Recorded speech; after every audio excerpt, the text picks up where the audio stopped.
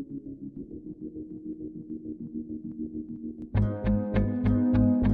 are the youth of the nation, high in the sky. We are the new generation. We are the youth of the nation, high in the sky. We are the new generation.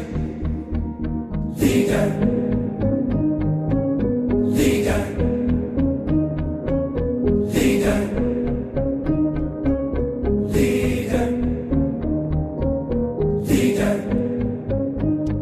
Sign చేయండి sir. ఇది మన manifesto.